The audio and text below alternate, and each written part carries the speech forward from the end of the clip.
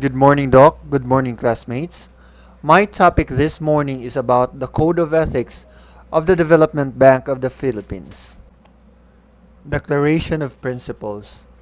The Development Bank of the Philippines upholds the policy of the state to promote a high standards of ethics in public service. Its members of the board, officers, and employees shall at all times be accountable to the people and shall discharge their duties with utmost responsibility, integrity, competence, and loyalty, act with patriotism and justice, lead modest lives, and uphold public interest over personal interest. Section 2 of Republic Act Number 6713, Code of Conduct and Ethical Standards of Public Officials Employees. Corporate Principles and Values. The duties and obligations of the DBP towards its stakeholders. Number 1. The government.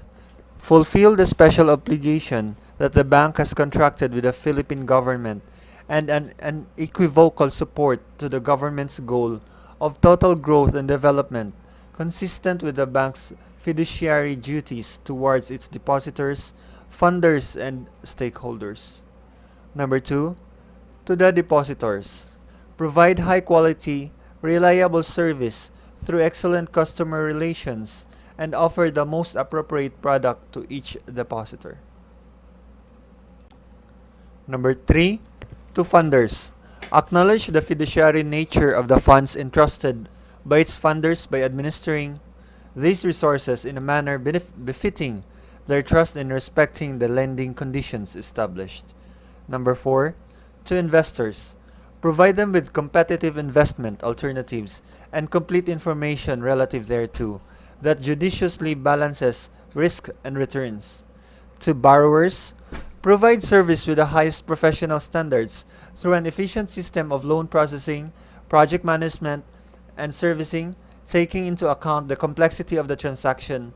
In designing loan applications, the bank shall balance all risks involved, the developmental contributions of the borrower or his project, and return targets of the bank. Number 6. To subsidiaries. Include them in the observance of the same code of ethics. Number 7. To regulatory agencies.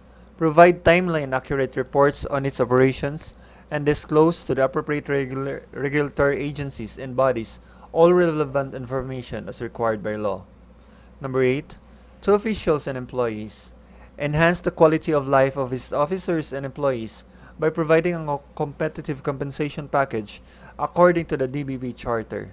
Provide opportunities for training and values formation to assist them in their career path, strengthen their commitment to excellence and public service, and cultivate their social and environmental awareness and nationalism. Duties and obligations of the officers and employees towards the DBP. They shall strive to render service to their utmost best, both professionally and humanly. They shall not hesitate to go beyond what is strictly demanded of them for the good of the institution. Norms of conduct. As public servants, all officers and employees, as well as members of the board, shall observe the following standards of personal conduct in the discharge of their duties. Number 1. Commitment to public interest. To always uphold public interest over and above personal interest. All bank resources and powers of their offices must be employed and used efficiently, effectively, honestly, and economically, particularly to avoid wastage in public funds and revenues. Number 2. Professionalism. Perform and discharge duties with highest degree of excellence, professionalism, intelligence, and skill. Number 3. Fairness and sincerity. Act with fairness and sincerity and shall not discriminate against anyone, especially the poor and the underprivileged.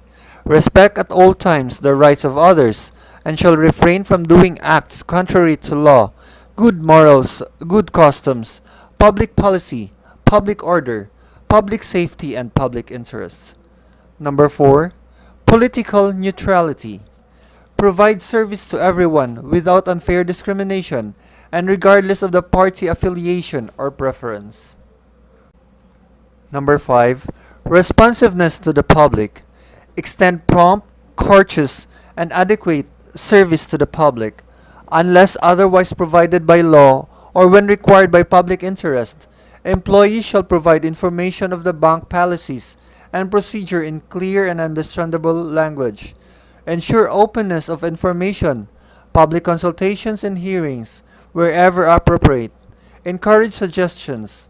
Simplify and systematic policy, rules and procedures.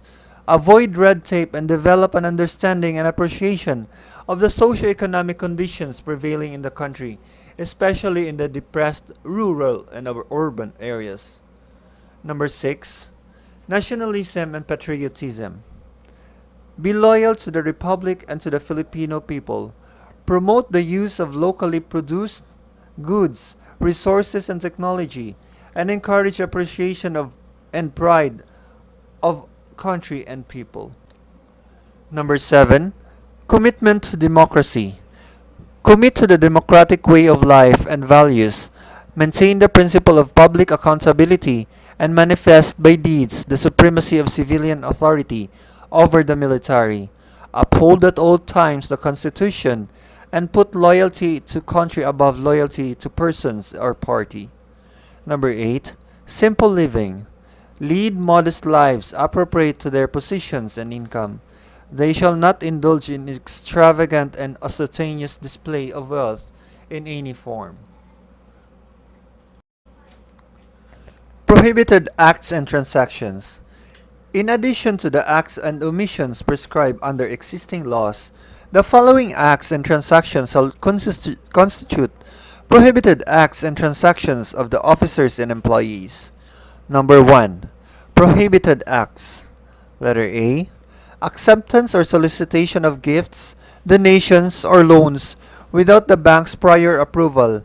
To accept or solicit either directly or indirectly gifts from persons or entities other than a member of his immediate family, or in behalf of any member of his family or relative within the fourth degree of consanguinity or affinity, in the course of their official duties, or in connection with any transaction which may be affected by functions of their office.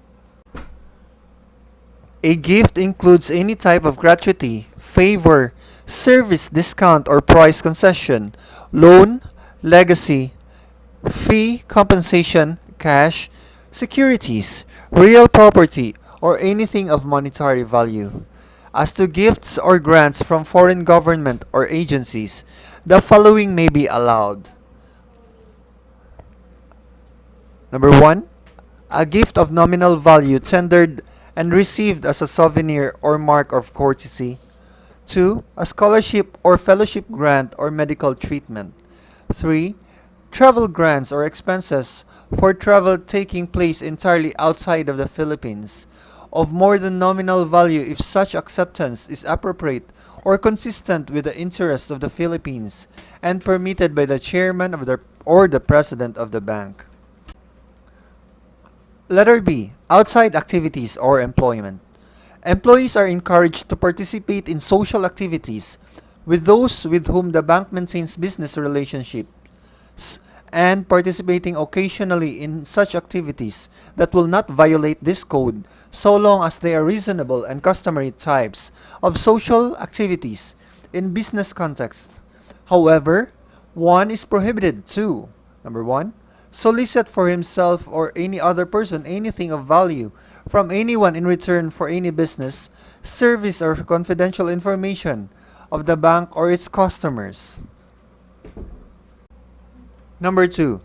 Accept anything of value from anyone in connection with the bank's business, either before or after a transaction is discussed or completed.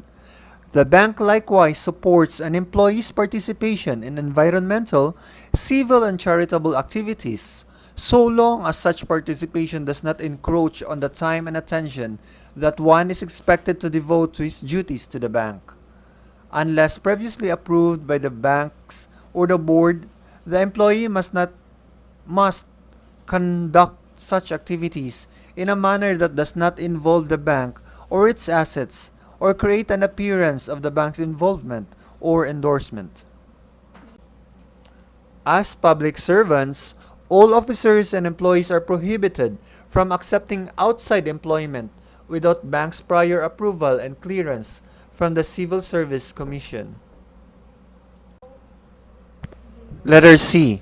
Disclosure of confidential information.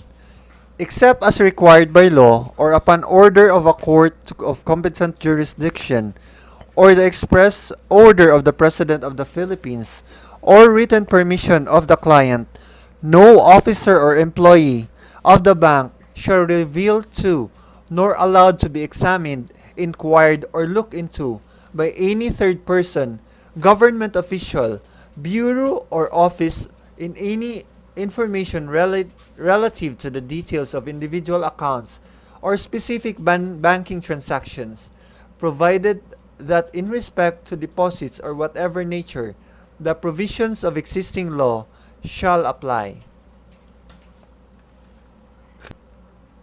Additionally, officers and employees shall not use or divulge confidential or classified information officially known to them by reason of their office and not made available to the public, either to further their private interest or give undue advantage to anyone or to prejudice the public interest.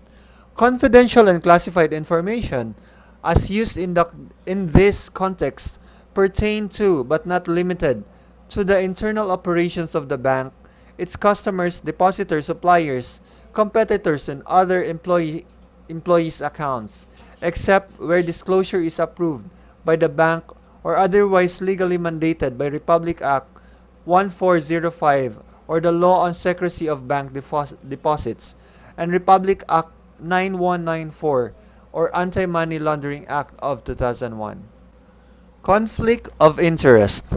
As defined in Republic Act 6713, an act establishing a code of conduct and ethical standards for public officials and employees, a conflict of interest arises when a public official or employee is a member of a board, an officer or a substantial stockholder of a private corporation or owner and has a substantial interest in business, or and the interest of such corporation or business or his rights and duties therein may be opposed to or affected by the faithful performance of official duty.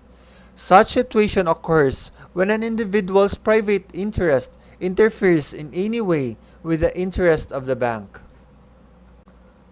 The bank requires all officers and employees to conduct personal business or outside affiliation, financial and other relationships in a manner that will avoid or resolve, in a manner consistent with this code, any conflict of interest with the bank. This prohibition extends up to the public officials or employees' families, members up to the second degree of consanguinity or affinity. In all cases, conflicts of interest must be handled in an ethical manner, meaning they must be fully disclosed to appropriate authority level in the bank, and the officers and employees concerned must resign from his position in the said private business enterprise within 30 days from the assumption of office, or divest himself of these shareholdings or interest within 60 days from such assumption. Ethical conduct for officers. Number 1. Ethical leadership. In addition to the compliance with the above-mentioned provisions of this code, all DPP officers shall act with honesty and integrity in their personal and professional relationships, avoiding actual or apparent conflicts of interest. Number 2. Disclosure and confidentiality of information. DBP officers shall always act in good faith, responsibly, with due care, competence, and diligence, with full disclosure of facts to supervisors. An officer is expected to respect the confidentiality of information acquired in the course of his work to third parties, except when authorized or otherwise legally obligated to disclose it.